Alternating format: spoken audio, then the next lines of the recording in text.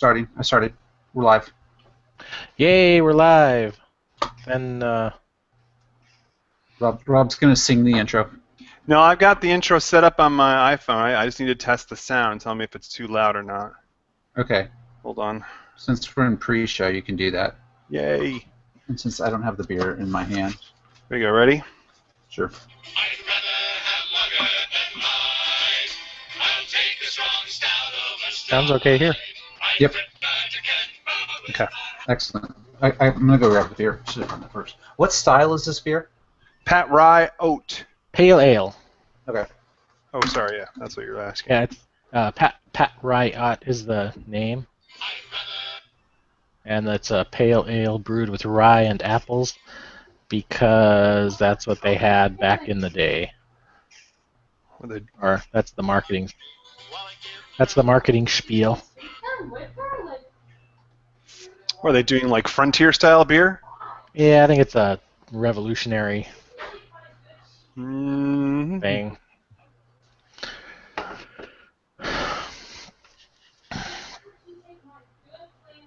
Holy smokes, Trump is tanking.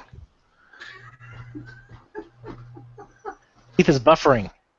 Tanking. Wow. Did you hear that behind the scenes? They're Oh, God. I they're in hope you... full out panic mode, and there's rumors that the RNC heads are trying to get him to drop out. Oh, good. We're talking politics since Keith's not here.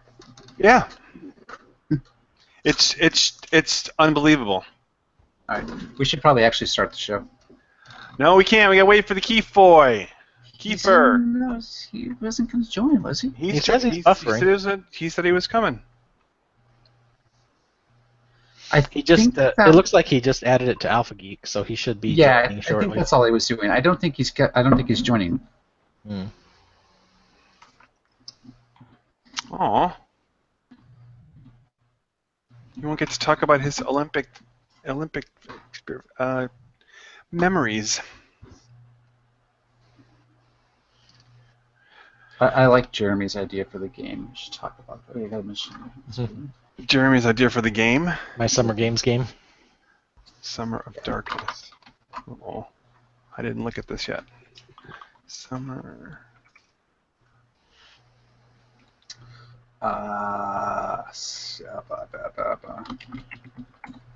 Summer of Darkness. Tells the story. You need to invite Keith. I did. Nope. Maybe. Are you sure? I ENR added Keith. Oh yeah, it says you added Keith.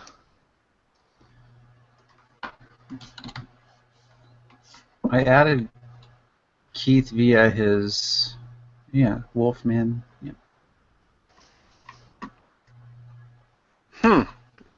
That's interesting. Okay.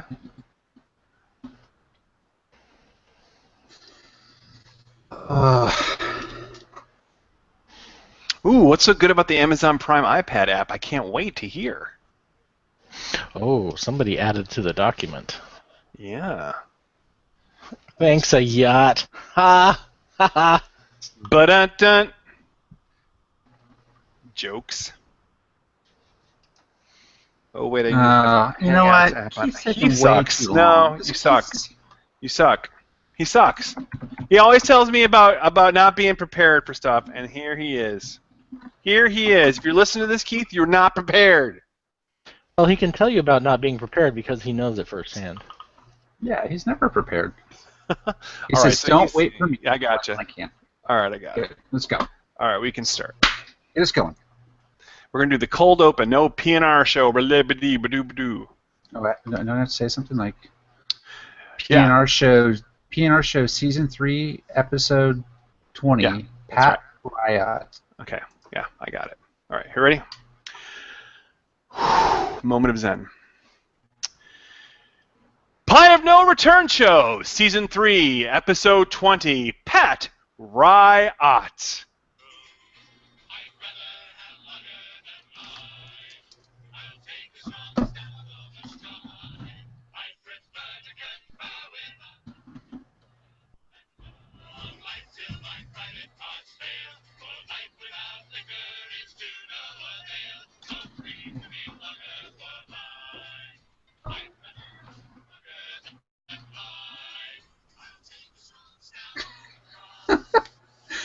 We can't hear it, Rob. Sorry. The problem is every time one of you jokers starts typing in on Slack, my app pops and makes the music die down. So I didn't know what volume level I was at. From a deep, dark, even more rarely used corner of the interwebs, we are the Pint of No Return Show. That's right, the weekly podcast of beer, brains, and by God, brawn. Professional That's right. podcasting at its best. That's right. We are broadcasting tonight live from California. That's right. Gary is operating our viciously awesome flowing stream this evening. I have the control. And I'm going to, just as a what is that they call that? Foreshadowing our topics. This broadcast will be better than NBC's Olympic broadcasting. Boom! That's right. Boom. So, tonight it's our Olympic event spectacular. As we record this evening, this is being August 4th, the Olympics are going to open tomorrow. Actually, in some places, the events have already started. I think women's soccer has already begun. But anyway, we are not daunted. To us, they have not yet started. So we're going to be chatting all about the Olympics tonight. But first, we've got some beer to drink, boys. Gary and Jeremy, we're continuing our beer camp session. And this is week 5, week 6. This is number 5. Number 5. Almost done. One more to go. And tonight we are doing the Pay-Rye-Ot Revolutionary Pale Ale. What can you guys tell me about this lovely beer? This lovely beer is a pale ale, which is a style that Sierra Nevada is probably best known for. But they're doing an old meets new take on it by using brewers located in the original 13 colonies and featuring ingredients such as rye and apples, which were among the first ingredients used by American brewers, and using bold American hops. So, it's a pale ale with apples. A pale Sounds ale good. with apples. Yeah. Yep.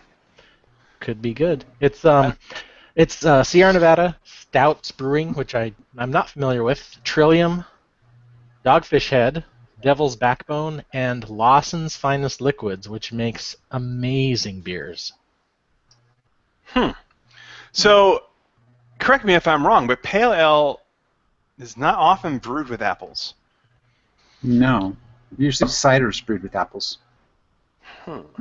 So we've got this beer camp that is made in collaboration with the Devil's Backbone Brewing, Dogfish Head, which we know well, Lawson's Finest Liquids, Stouts Brewing Company, and the Trillium Brewing Company, all under the auspices of the great and wonderful Sierra Nevada. I think I just heard that somewhere, but I can't remember where. Yeah. What? Maybe it's because Jeremy just said it. All right, so we got 5.6% alcohol by volume, so not too bad on the old liquor meter. Let's crack this open and see what we've got. Whoa. I smell that apples right away. Apples and hops right off. Yeah, that's Yes. a fantastic nose That on is this a thing. very interesting blend there.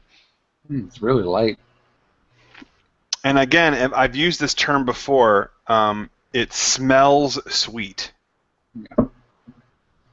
It's like champagne bubbles, not like beer bubbles. Well said, Gary. Very champagne-y. I mean, mine's got a little bit of cloudiness to it there. Looks like a Hefeweizen. It does look like a heavy. All right, so I gotta wait for that little head to calm down there. So, so far in the old beer camp series, we've been doing pretty good. Yeah, we have. We've, like we said, this is the 5th one. The first one was the Session Rye. It was a 5.25 overall rating. Not great. Middle of the road beer. But the other ones, the Stout that we had, everybody enjoyed that. That was an 8.75. The Moxie Moron did really high, 9.25 overall. And the Family Values Imperial Brown Ale, which we had on the last show, was an 8.75. So it was really, really nice. So you're going to continue with your summer camp analogy there? Well, week 5 of summer camp. Here's what I'm thinking. Most of the big events of camp have come and gone, and you've got another week or two before like the final bonfire, the big send off, and you kind of feel like a veteran now. You've got the hang of it. You know where you're going. You know when Taps is. You know when Reveille is. You know where to go to. If you got to go to the camp store. You've gotten your first couple of postcards. You've sent out a couple of letters. Things are just kind of humming along. It kind of feels like this is your life now. You kind of have begun to forget what the real world is like. You're used to your life consisting of, capture the flag, obstacle courses, swimming, kayaking, little fishing,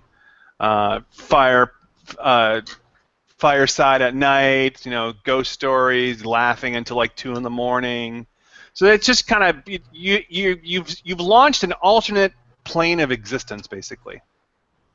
And with your lady friend, with your crush, you've kind of moved on from the fact that she's not really into you anymore. You've maybe flirted a little bit with her best friend who you didn't like as much, but she's kind of into you. So maybe you start flirting with her in an effort to make your crush a little jealous. Maybe it's worked a little bit, maybe not. But all in all, I think you're kind of content right now. It seems like summer camp will never end, when really the end is just right around the corner. And I've talked a long time and waiting for this head to drop. So let's drink, shall we? Okay. All right. Yes, sir. Pay-Rye-Ot. My dogs are loving it.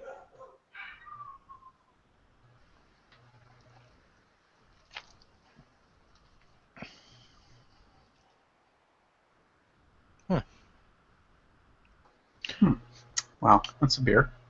Yeah, it's the apples and hops in the nose don't really come through in the flavor for me, but it's a really nice pale ale. I don't have anything particularly bad to say about it. It's maybe a little light mouthfeel. It's pretty decent pale ale. I think I'd give it a 7. It's not outstanding, but it's definitely not bad. Yeah, it's it might be one of the more boring ones of this group that we've done. Yeah, there's not a lot. It's a pale ale. It's kind of got a little tangy flavor in there, like a little bit of a bite, maybe more of a sour apple than a sweeter apple flavor in there, coming through on the backside. It's got a really, really perfumey aftertaste to me. I don't know, maybe that's the hop blend with the apples, but I'm not a huge fragrance kind of guy. Like when women are wearing perfumes, as scented candles, guys that are wearing way too much cologne and they're stuck next to you on an airplane. That kind of stuff drives me crazy. So for me, that back end flavor is really offensive because it smells like when you walk into Macy's and you walk through the perfume section and there's like 5 people assaulting you with their little sample bottles and they're spraying you and you get that weird kind of taste in your mouth. That's what this is leaving me with. So I've got to go like a 3 on this just because that's not good for me. A 3? A 3. Yeah, that aftertaste is really not something that I'm appreciating or enjoying. I don't know if I can finish that. I do know what you're talking about when you mention assault on your on your sense of smell. If you go into, like, when you're at the mall and your wife drags you into, like, the Body Shop, Yeah. or like a Yankee candle store, and you're just assaulted with scents. It just overpowers you.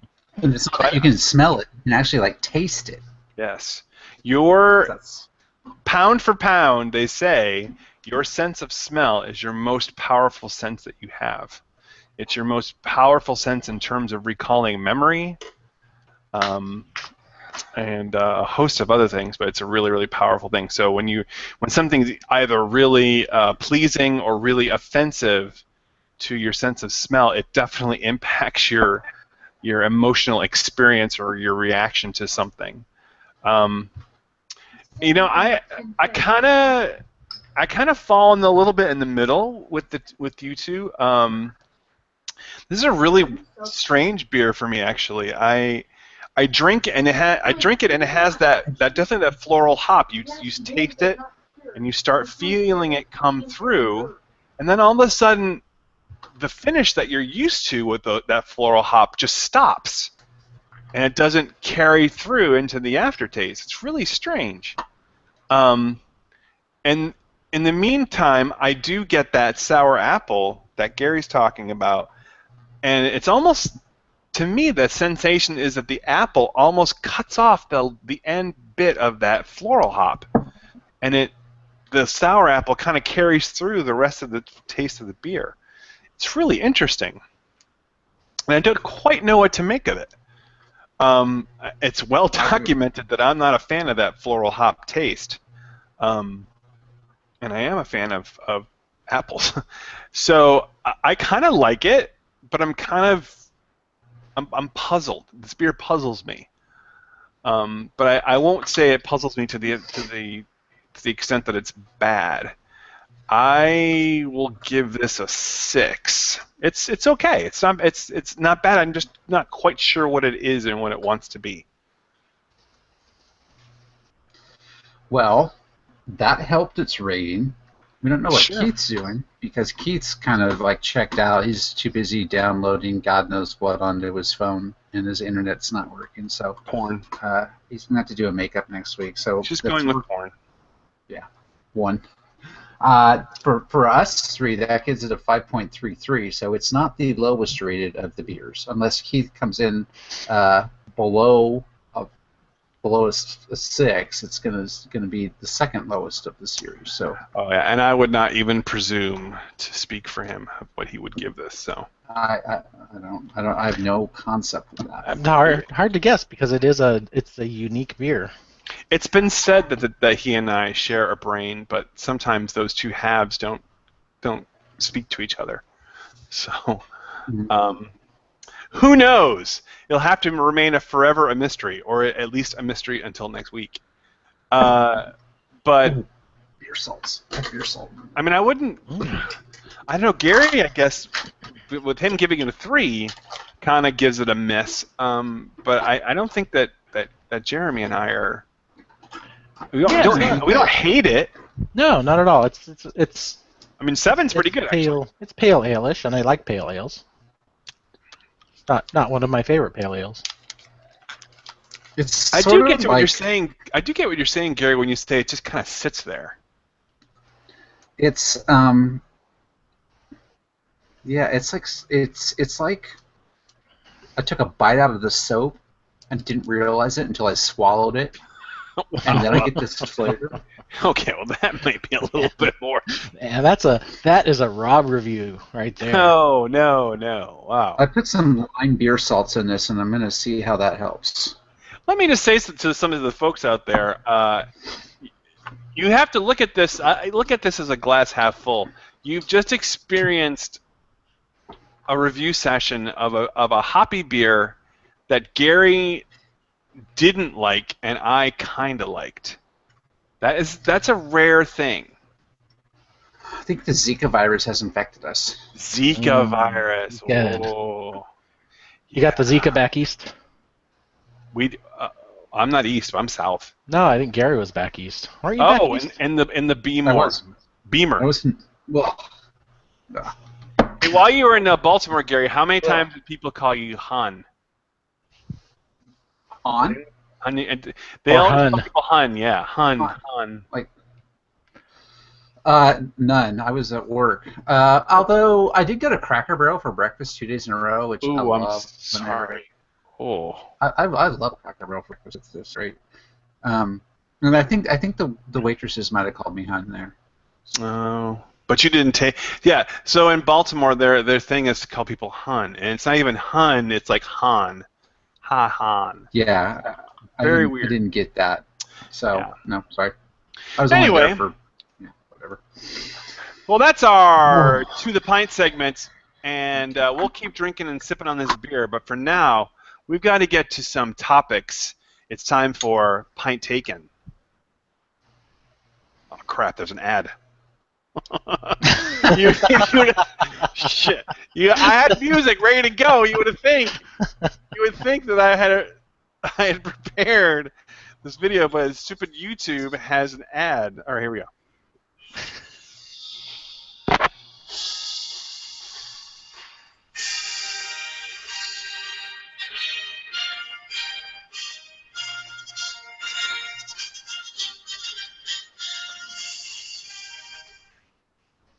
All right, we are about to embark upon a 2.5-week extravaganza. That's right, the 2016 Olympics in Rio de Janeiro, Brazil. And if you've been following any of the coverage of the Olympics this year, you know that the games themselves are kind of the backstory, or the side story, if you will. We've got a lot of stuff happening in Rio that has nothing to do with the games themselves. Firstly, and most importantly, the one you've heard about is the water. Rio de Caca. It's poo-poo water. Yeah. So apparently Brazil does not have a very advanced sewage treatment system or waste treatment system, waste removal, I should say, at all. Wait, So, race or waste? Waste, not Waste. race removal. Not race removal, waste removal. Totally So different thing. their rivers are fairly polluted with garbage and, shall we say, fecal matter. Poo, as it were. There's poo in the water. And so some of you may be sitting there thinking, I've watched the Olympics before. What's the big deal? They have gymnastics. They have basketball. They've got track and field. Who cares if the water has got poo in it? The rivers. Well, there are also water events, not just in the pool. We have in the pool. We have boating. There's the crew races. There is long distance swimming that is supposed to be done in these rivers. I don't know if did they do a triathlon in the Olympics? Yeah, triathlon. Maybe I don't know. They do a biathlon or the pentathlon, 10, but I don't know. Yeah, you're right. Yeah. So swimming in this water is a bad thing. So much so that the National Health Organization has said that, World Health Organization, WHO, has said that swimmers should attempt to get less than 3 tablespoons of water in their mouth at most. Wow. And even then, it's fairly distinct possibility that they will get sick. The diseases include, where is it? I had it. Respiratory and digestive illnesses, explosive diarrhea and vomiting that can also lead to serious heart, brain, and other diseases, meningitis, malaria, all kinds of wonderful, wonderful stuff just by swimming in the water and consuming. Oh, here's the piece I wanted to tell you. Consuming just 3 teaspoons of the water carries a 99% risk of viral infection. That's so bad. So that's 1%. That's really bad. But I should say that but guys, listen. Let's look at the positive side of this. The virus levels are only 1.7 times what would be considered safe. What would be considered unsafe at California beaches? 1.7 times. 1.7 or 1.7 million? Sorry, 1.7 million times. Yeah, I was doing that for effect. 1.7 million times worse than what would be considered unsafe at a California beach. So,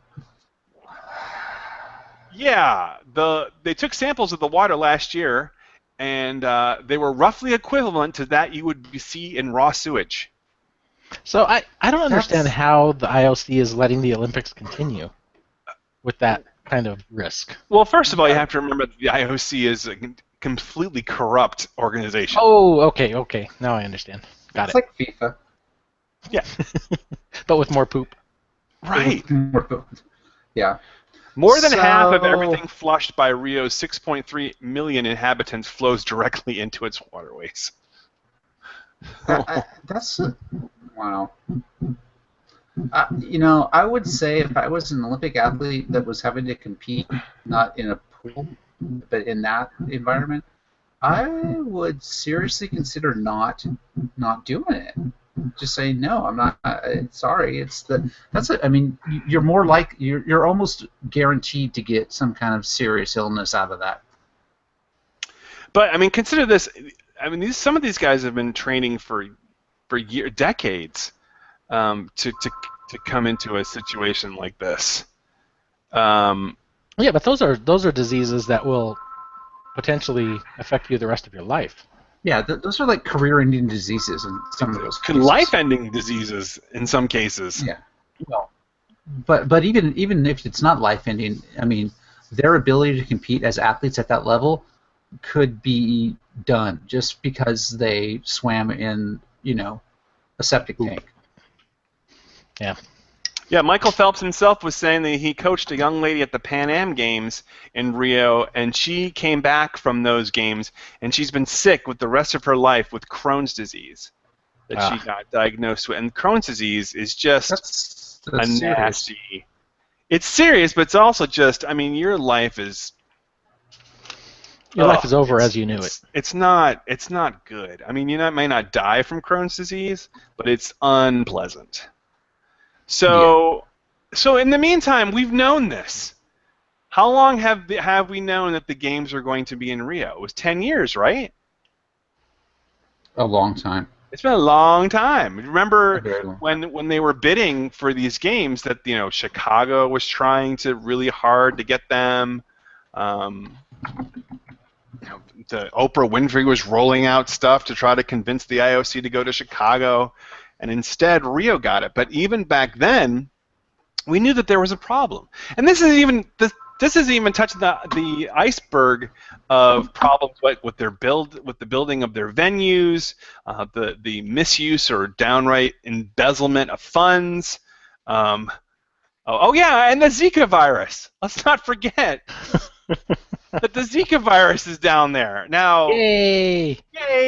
Now that they do say that in Brazil right now it's their winter, so for the most part, mosquito should not be a problem, which that's great news. I just have to worry about the water, and apparently they're the high crime and the fact that the Olympic villages aren't done in many spots. What could possibly go wrong? So other than disease, violence, And more disease. that's about it then. Just two things could go wrong. Yeah, and I don't think there's going to be any problems whatsoever. So I've always been a big fan of the Olympics, watched a lot of Olympics during the course of my life, and we're going to talk some about our Olympic memories in a little bit. But I will say that this year, I don't know if you agree with me, Jeremy, but I'm going to be watching a little extra closely just to see if it goes wrong, how badly it goes wrong. Oh, and I almost forgot. The Russian athletes, a lot of them are going to be prevented from competing because of a gigantic doping scandal from Russia. Although that could be an advantage for them in the next games because they won't be sick and dead. All of a sudden, the Russian athletes just dominate all water-based sports because of this. This is horrible. Hey, look at it. Hey, all you guys here, if you're watching this podcast, you're getting to watch Gary talk on the phone. Isn't that great? Look at him go. Pretty exciting. Yeah. He just ditched us for the phone. Must be a All good right. call. In other Olympics-related news, have you heard about the accommodations for the men's basketball team? The men's basketball team, I have not. Well, guess what? You know how I mentioned before that the Olympic Village, which is the place, basically it's a small village of condos and apartments and houses and stuff where they house the Olympic athletes. They build it for every Olympic Games. Well, so we didn't mention that. It's true. Those accommodations are not finished and falling apart. Yeah, that's true too. Although the disease overshadows that. So. Well, yeah, but so this year, the Olympics Village is meant to foster camaraderie and to foster peace and sportsmanship across the different countries, and it's a good chance to bond with and seek out people from other nations and make some new friends, maybe hook up a little bit here and there. But the men's basketball team has decided that, we're not really interested in all of that, considering all the bad stuff that's happening in Brazil. So what they did was they got a yacht. That's awesome. A luxury. They're staying on a cruise ship. They're staying in a luxury yacht anchored offshore. It is a hold on, I'm trying to scroll up to see the accommodations here. It sleeps 296 people. So now I should say that the men's and women's basketball team are going to be staying on this yacht. So kudos to the women's basketball team for basically just riding on the men's coattails, because we know that this yacht was not paid for by the WNBA. So they're going to be on board the Silver Cloud, which is one of the ships in the Silver Sea luxury cruise line. Let's just give you some little stuff about it. There's only one entrance to the pier, and it's heavily guarded through an airport-type scanner. The ship itself is surrounded by a bulletproof glass fence. There are police boats that have marksmen aboard, and they're going to patrol the water around the ship. The boat has beds that will accommodate 7-footers, so they're nice big beds. They have a spa, multiple dining areas, a bar, a cigar lounge, and an open-air pool. Hey, that's pretty nice. Yeah. Now, the great thing, so you may be asking yourself, well, what makes the men's basketball team so special as they get to stay on a yacht and no one else does? Well, USA Basketball spokesman Craig Miller said to the Associated Press, this was back in February, and he said this with a straight face, quote, "We don't stay in the village because we don't feel it's the best way to prepare for a competition. The players have a long professional season, and they want to spend as much time as possible with family and friends."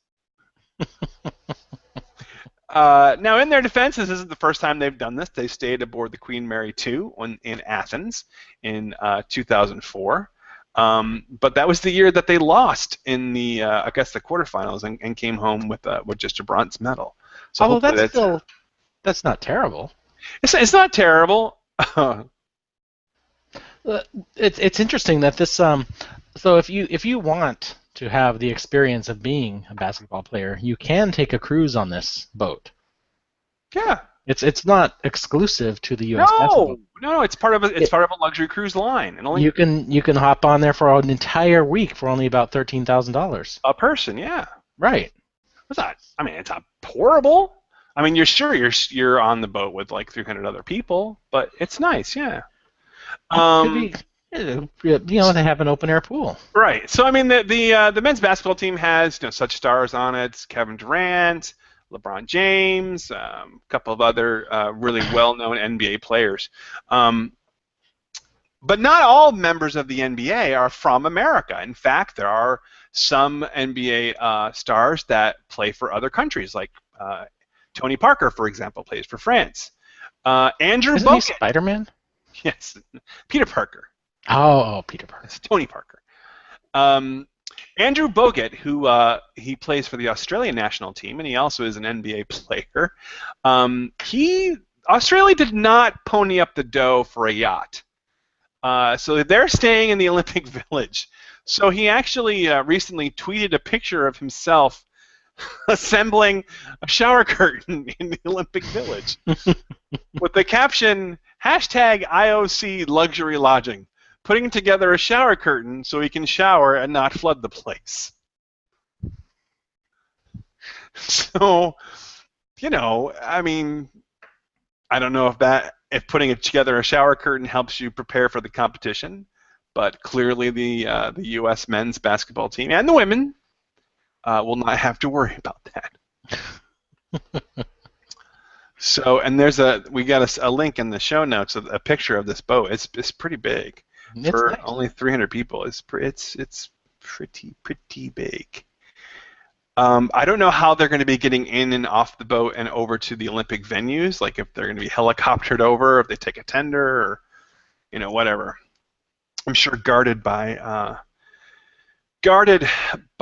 security the entire time.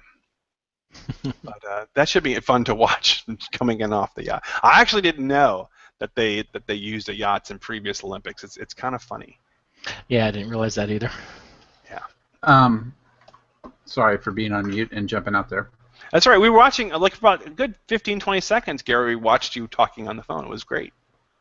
I was on the phone for longer than that. So, and you know what? I got a new beer. What's that? Oh, you mean you? Yeah, I got a different beer. I couldn't drink that one. It tastes like soap. Gotcha. So, today's Gary, IPA day, Rob. Today's IPA day? Yeah, It is? How about it that? is. I need to go find an IPA. You do. I will do that. That beer, you definitely do. When we're done, I'm headed to Whole Foods. I'm going to pick up an IPA. So, Gary, did you have anything to add about the NBA players staying on a luxury yacht? Well, they're obviously bringing their own water with them. Well, they don't have to worry about pumping the toilets. Yeah, they will not be swimming off the boat. They will not be jumping into the water. Yeah, and the boat doesn't have to worry about storing any of the sewage on the boat, and then No, just dump it in the water. Yeah, they can just dump it. Yeah. Open it up. Yeah, they don't have to worry about that kind of stuff. So it should make it, they should have saved a little bit of money on the cost of that rental because they could just dump the sewage in the water. Right.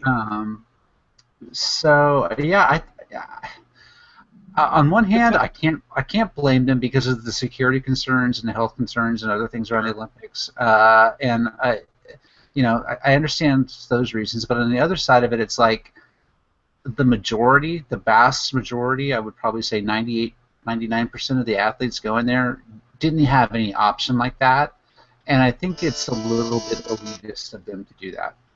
Mm-hmm. So that's all I'll say about that. It does look a little 1%er of them. Yeah.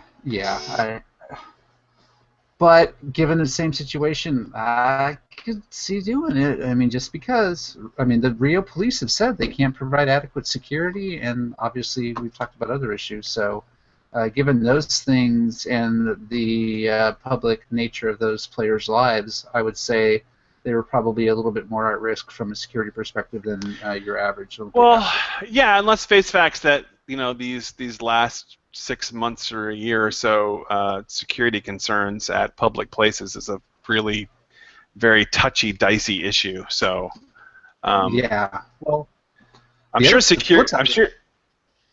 Go ahead. I was going to say the flip side of that is if you were plotting something, if you were a terrorist and you wanted to target the Olympics, that's a huge target right there. Sure. Well, I would think actually that the security guards or the officials are in some ways probably appreciate the fact that these guys are staying in private accommodations. It's a little, it's a situation they can control. They don't have to monitor the entire Olympic Village perhaps as closely as maybe they would if the NBA players were staying right in the village. I don't know. Does the article say when they made the decision to do this? Well, I was telling telling Jeremy that actually they have done this before. In the 2004 Olympic Games in Athens, they actually did the same thing and stayed in the Queen Mary 2 off the coast of Athens. So it has some precedent. Okay, well, that's not so bad. But I would like to just to say again that they did invite the ladies team on there as well. That's nice. Well, I mean, in some ways, I'm sure that's probably, hey, they're probably looking at, some girls or women they might like to party with. But I'm gonna tell them up front that I'm pretty sure some of the ladies don't play for their team, as it were. So, yeah. Just saying. There's nothing wrong with that. I'm just saying they may be barking up the wrong tree. All right. So finally, before we get to our pick segments this week, I just wanted to open it up and see. I don't know. Are you two big Olympics fans? My favorite thing about the Olympics has always been the Epix Summer Games for Commodore 64. So no. So not even the Olympics, Jeremy, did you get into? Well, yeah, they came out with these awesome games for the Olympics. All right. So we're talking live action. No. But check it out. Listen. Is it working? Oh wait.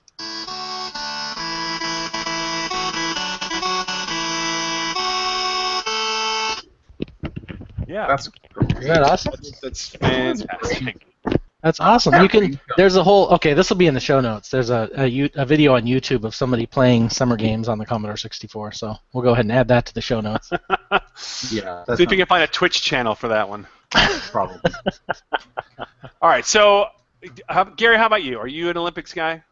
I do like to watch the Olympics. I remember as a kid watching a lot of them in the summer games, of all of them, but I remember, the summer games in LA because they were here and I was old enough to really pay attention. And it was just sort of, you could turn on the TV pretty much any time and watch the games and everything was live.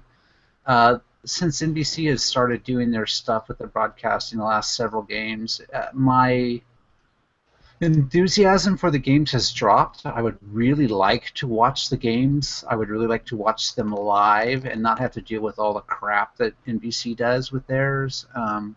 I think the way that they've gone really commercial over the last couple of Olympics is really sad and takes away from the spirit of the games. And as you said, the IOC is just corrupt. I think they're fun to watch. I do enjoy them. Like I said, I wish the Olympic experience from the spectator perspective as a viewer was a lot better than it is now. So I don't have television. We cut the cord. So our options for this are to use some sort of service on the internet that will mask your IP or do VPN to overseas and do something like that. So that's probably how we'll end up watching some of the events, just because we won't be able to watch them anywhere else, which is, I think, unfortunate. It's too bad. I would really like to have the opportunity to just turn on my TV and watch them, but we don't. So I would still support the athletes in any way I could. I think it's a great thing, and I hope that America does well and that our athletes return safely without getting any kind of poo-related sicknesses. Right. I mean, maybe to just hitch on what Gary was saying. I too remember. And this may sound like an old man get off my lawn thing, but I remember back in the day when the Olympics were on that they showed a lot more just events. Yeah. Like they would come in at night and do kind of a recap of stuff, and they would do human interest stories. Like I remember the in-depth, reports on the Jansen brothers, and I remember. The speed skater. I can't remember off the top of my head. The speed skater that tragically, lost the games and then came back. Yeah. Dan Jansen. I don't remember who it was, but that was a big story. Yeah. Yeah, Dan Jansen.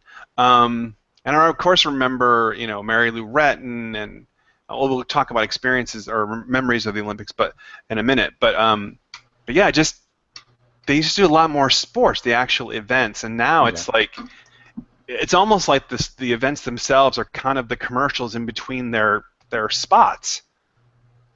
Yeah, and that's what annoyed me about it, and that's one of the reasons why I felt okay about cutting the cord and not and missing out on the Olympics, is because I felt like I wasn't actually going to miss that much, because I felt like the last few Olympics I haven't seen very much of the games. As much as I tried to, I haven't had a chance to see them, and I know that some of those events can drag on, and there's a lot of different rounds of competition and things like that. But they could do a better job, especially with all the cable and satellite and internet distribution mechanisms they have now. And for some things they do play a lot of like complete soccer games and things like that. But there's other things that they could just point a camera at the pool and let it stream straight live. If it takes 20 minutes or a half an hour between heats and swimming, that's fine. Just let me have the opportunity to watch it if I want to. Well, what was it that NBC had a couple Olympics ago? It was like 8 years ago, maybe it was 4 years ago. That they had an all-access thing where basically you could go onto DirecTV, or even it was streaming even then, and you could pick a sport and you could just go and they'd watch the coverage of that sport. I think it was a pay service for the Olympics, and it tanked horribly because it was an extra fee. Right. Yeah, and I don't know. Yeah, their primetime coverage. Some of the coverage is on the secondary channels, and I can't remember which like CNBC and those other networks that they had stuff on wasn't bad because they would show more of the actual events. But their NBC main network primetime coverage was horrible. Right. Horrible. Yeah. So memories. Do you have specific Olympic memories? Thinking back, like I can remember 1980 is as far back as I can remember for the Olympics. And though I didn't watch the United States beat Russia, the Miracle on Ice, I do remember hearing everyone talking about it and seeing replays afterwards. I remember that. I remember the '84 Olympics in Los Angeles. Carl Lewis and Mary Lou Retton, and let's see what in. I remember the games in Sarajevo. That was the Dan Jansen games where he slipped and fell. And let's see what else. The 90s was it? Kerrigan, Tanya Nancy Harding. Oh, that's sure, absolutely. Yeah, That was yep. my first That year was- team was 94. 94. Yeah. What else? Sure, the 96 games in Atlanta with the bombing, and then Muhammad Ali bringing out the torch at the Olympic Games in '96. You remember that? I mean, if you don't know, if you're too young to remember this, in the '96 games were in Atlanta, and as you know, it's a big. Do you think anybody that young would watch our show? Oh, maybe not. They probably can't drink yet. In the '96 games, every year it's a big honor to be the last person to carry the torch and to light the Olympic flame. It's a huge honor, and usually you give it to some very prestigious person in the host country. And right up until the last minute at the '96 games, no one knew who that was going to be. It was a complete secret. And then the tunnel lit up, and running out, albeit very slowly, Muhammad Ali. And he just recently started exhibiting the really bad Parkinson's syndrome, very shaky and stuff. But he jogged all the way up the stairs and lit it. I mean, that was pretty amazing. I mean, to keep something like that a secret these days would be darn near impossible. That would be really difficult. Yeah. So let's see what else. Yeah, any other big memories of the Olympics? Sure, the Dream Team in '92.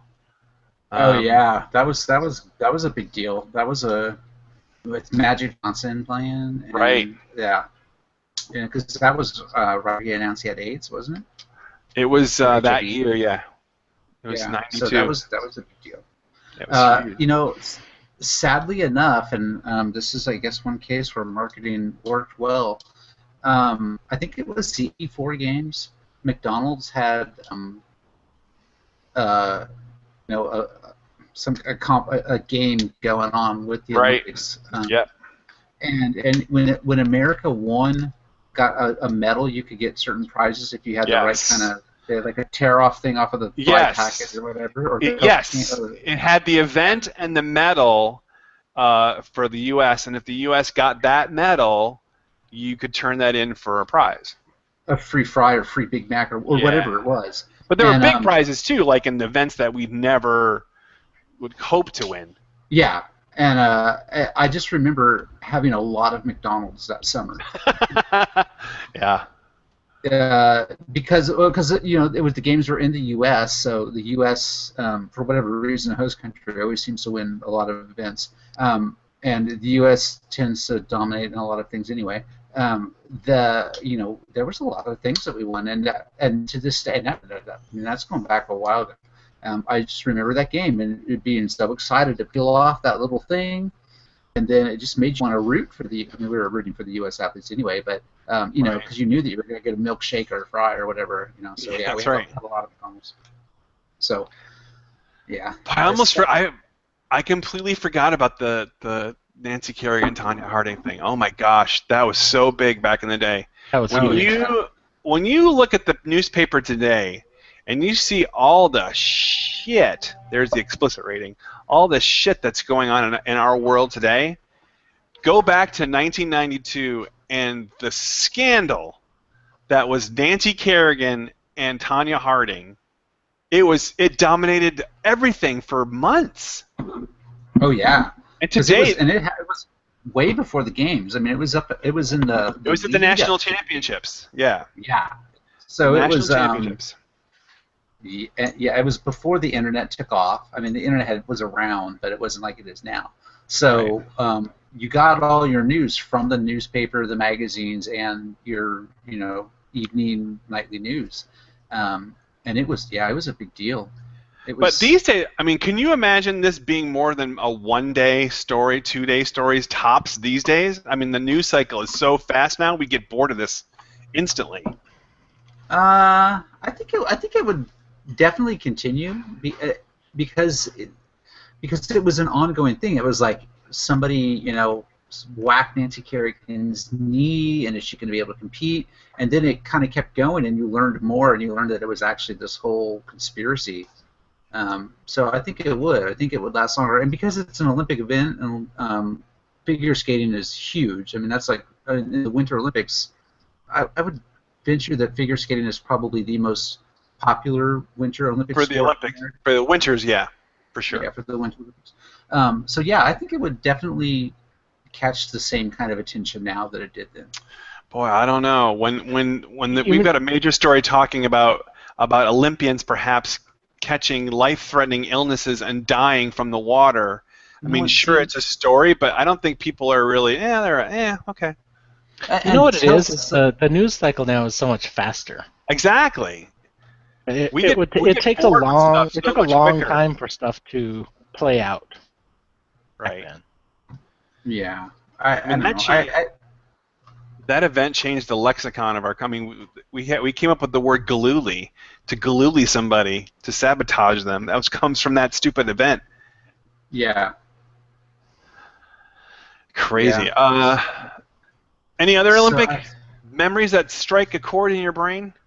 There's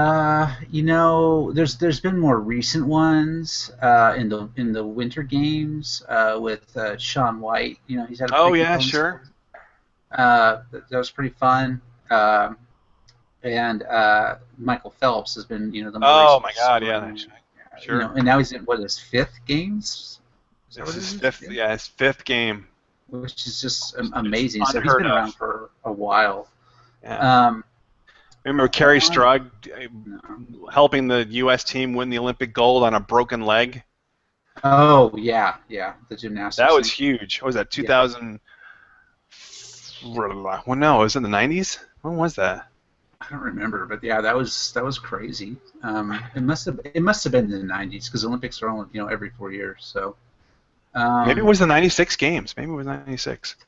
I do remember when the U.S. men's basketball team did not win the gold back when they were not professional athletes. Right. They were still doing that. Um, I'm a little bit. I have mixed feelings on the men's basketball team being professional athletes Uh-huh. and not using some of those younger players and that are still trying to make a name for themselves. Yeah.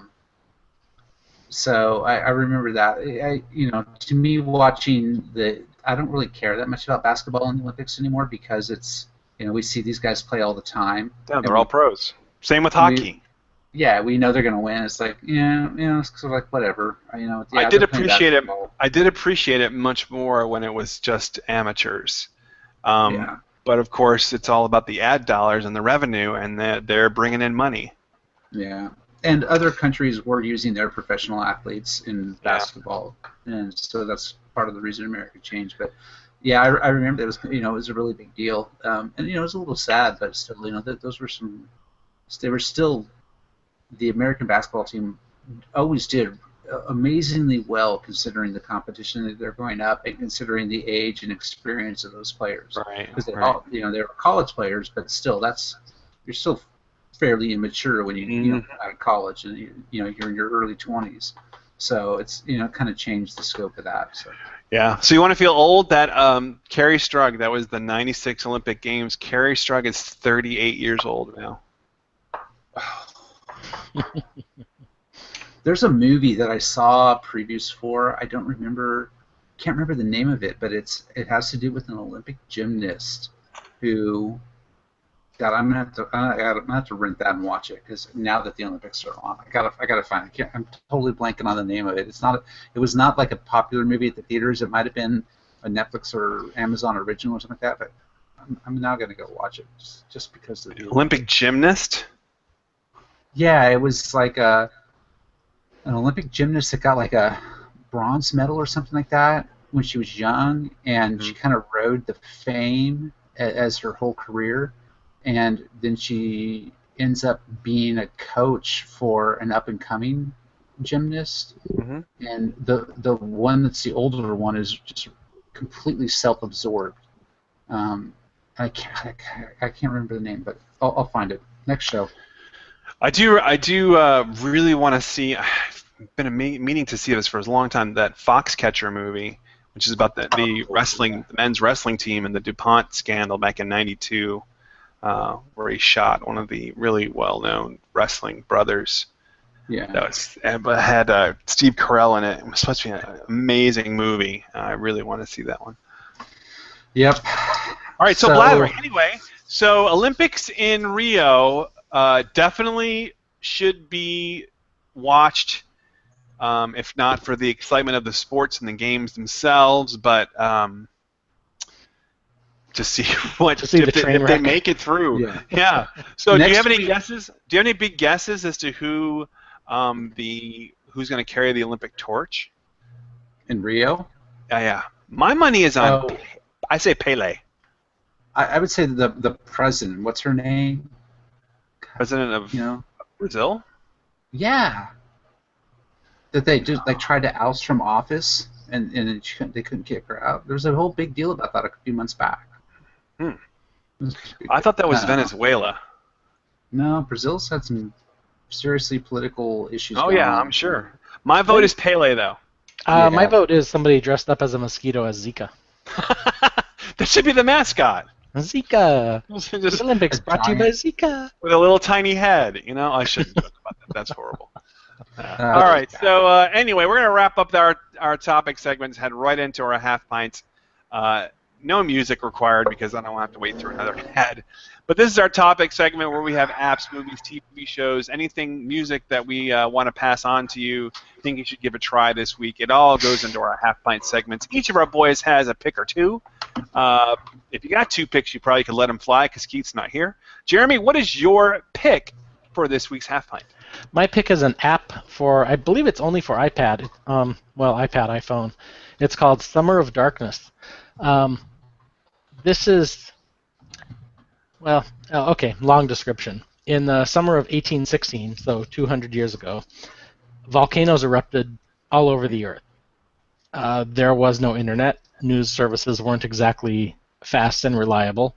So people didn't realize what was causing this strangely cold summer. Crops were failing. People were seeing sunspots. They thought maybe the sun was dying. There were predictions that the world was going to end, and it was apparently a dark time, a summer of darkness. With this background, there was a group of writers. Let's see, did I write these down? Lord Byron, Percy Shelley, and Mary Shelley decided that they were going to take advantage of this perhaps world-ending time and go spend some time writing. There was a challenge to write a ghost story, and that challenge led to the first vampire novel and Frankenstein. Wow.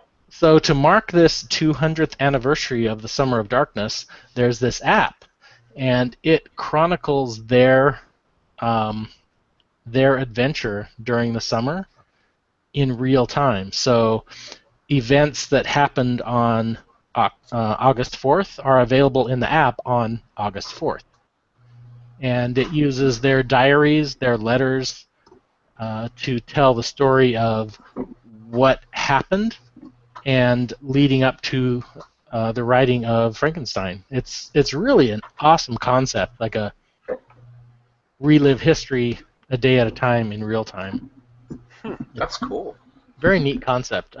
It's hard to describe briefly, but if you head over to summerofdarkness.com, you can read more about it. You can also jump into it at any time and catch up to the current date. Once the end of the story has passed, you can jump in again and do it day by day. So, just to give you some perspective, a family of Shakers in New York reported the ground frozen solid on June 9th. Crops were destroyed by the cold by July 7th. It was so cold everything had stopped growing. Lake and river ice were observed as far south as northwestern Pennsylvania in July and August. That's crazy. Yeah, it was a scary thing to experience apparently. Wow. Well, that sounds really interesting, and certainly, obviously, might have birthed some of our more well-known Gothic or Gothic horror literature. That's cool. Yeah, that's crazy. I didn't realize that. I had no idea about that actual historical event. Yeah, So that's pretty cool. My impression was that Mary Shelley got Frankenstein from a dream that she had. But, I believe it was inspired by a dream, but it was the background that led up to that is sure, the whole funk that they were about. in was because of this Summer of Darkness. I got you. Right, and the time that they were spending together as bohemian writers, and the challenge was to write a ghost story and scare us, Right. and Yeah. that led to. So Really the cool. Summer of Darkness app, yeah. Summer of All right. Staying with the app idea, Gary also has an app to share with us with his half pint. What you got, Gary? Mine is not a new thing, but something new that I had recently tried. Amazon Prime, if you're a Prime subscriber, you know about their video content. They have an awesome iPad app. My computer was with Apple getting a new battery while I was on vacation and then had to be rebuilt by IT. So for my trip, I stole my daughter's iPad and needed something to watch on the plane, and I had heard about it but hadn't really tried it. Was Amazon allows you to download content from any of their Prime Video you can download to your mobile device to watch offline. And since I was going to be on a plane for a long time, that's cool, dude. I downloaded the entire season 1 of Mr. Robot, which I hadn't finished. I watched that on the plane, and then downloaded Ex Machina, which I hadn't finished either. Watched that, and the last Terminator movie on the way back. And it was so cool to just be able to download this content and watch it. And their app, they have actually done a really nice job with their just the download and watch offline is really cool. But they've done a nice job, and I don't know if the iPhone app does it, but the iPad app. It does. Well, I know it does that, but The iPad app, if you swipe just like a quick swipe on the right side of the screen, it'll fast forward like 10 seconds, or you do it on the Oh, left that's cool. side to the left, it'll go back. So if you on a plane, it's kind of loud. You can just like swipe back and it'll just skip 10 seconds back and start playing without you having to like pull up controls or anything. So that was pretty cool. And then if you just like single tap on the screen, it does an overlay, and on the left side it has thumbnails of the actors that are in the scene that you're on, not in the whole show, just in the scene that you're on. And which is kind of cool because movies and stuff, or TV shows, there can be a lot of actors coming and going. So there may be somebody that you see, you're like, oh god, I've seen them before. Where have I seen them? You just kind of tap on the screen, and then on the left side you see thumbnails and a link to their IMDb page, and it'll that's you cool. kind of just pop it right up, and it'll also show you whatever song is currently playing in the movie or the TV show. So Mr. Robot will have some different songs playing, and so if you're like, oh, that's kind of a cool song, who is that? You just tap on the screen, and up listed with the actors is the music that's playing.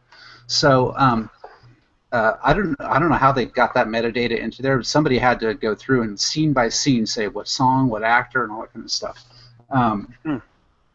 So it was really cool, and they have a really good captioning on it as well, because again, I'm getting old, I can't hear anything anymore. So I would on the plane, because planes, like I said, are kind of loud. In some scenes, it's really quiet. It was hard to hear the dialogue. I just flipped the captions on real quick, turn them on when I need them, turn them off.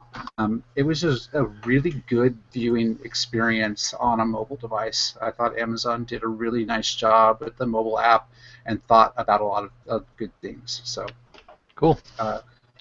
That's my pick. Very cool. All right. Well, we are closing in on an hour, so let me do my pick really, really fast.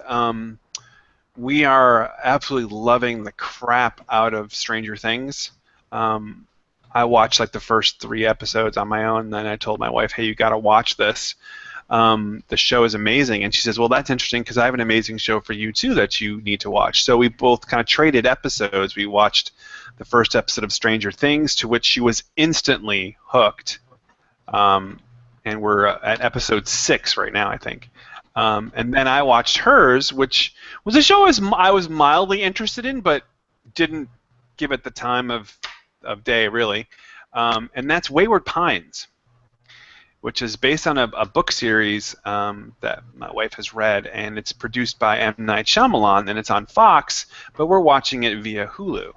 And just, first of all, the star power on the show is freaking amazing. Matt Dillon, Carla Gugino, Toby Jones is a very well-known actor, and Hope Davis, and just a ton of really Melissa Leo is an Academy Award winner. A lot of really, really popular people come on, and I'm told even more come on in later seasons. Terrence Howard was on it. So anyway, the story of this little town in Idaho where people wake up after a car crash or some kind of an accident, and they're immediately incorporated into the town. And the town has very, very strange and odd rules, and among those are that you can't ever leave. You don't talk about the past. You always answer the phone when it rings. So it's got a kind of a Lost vibe to it, a little Twilight Zone-y. It's really well done, and I'm enjoying it. So give that a try. Wayward Pines. There's 2 seasons on Hulu right now, and they're still talking about doing a 3rd season on Fox. So the reason why they're there is kind of mind-blowing and a nice twist. So, and they don't wait too long either, which is a great thing about the show. And that's not like Lost, where they keep stringing you out and stringing you out. They explain, like episode 5, I knew the basic premise of Wayward Pines. There still were more mysteries to come, but it was kind of cool that they explained it the way they did. So give that a try. Cool. We'll skip Keith's pick. We'll let him save that for next week and talk about letting things go. In the meantime, next week we're going to continue with our beer camp series, kind of wrapping it up. How many do we have left, by the way?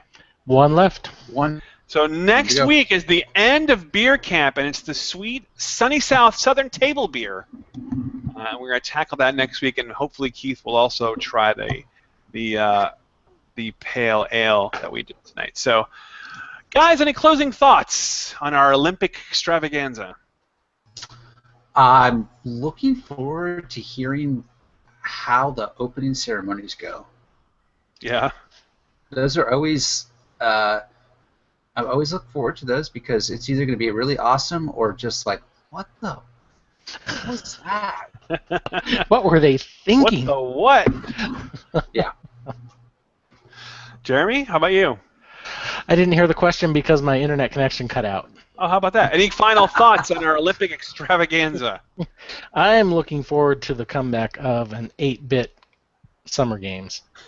So, Epix is gone. You know, I didn't have a Commodore 64. I just remember I had the old Decathlon Activision game for my Atari. That was on Atari. That was awesome, too. To run, you move the joystick back and forth as fast as you could. Oh, my God. I wrecked a couple of joysticks playing that game. It's as close to an actual decathlon as I ever came.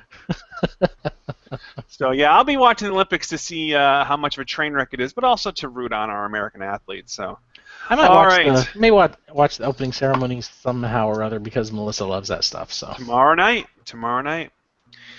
All right, folks, from all of us here at the Pie of No Return Show, thanks for tuning in.